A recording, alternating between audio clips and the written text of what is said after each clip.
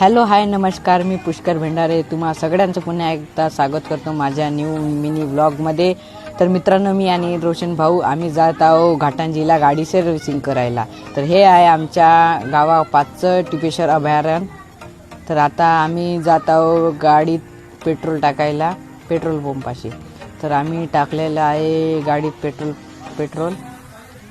तर हे आहे पारव्याची चौफुली।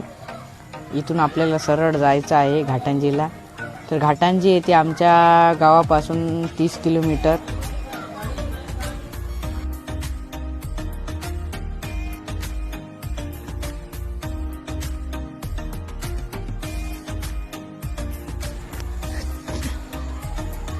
तर मित्रांनो, आम्ही पोचले मग घाटंजीला आणि हे आहे वैभव हॉटेल। मग इथे खाल्ले आम्ही समोसा।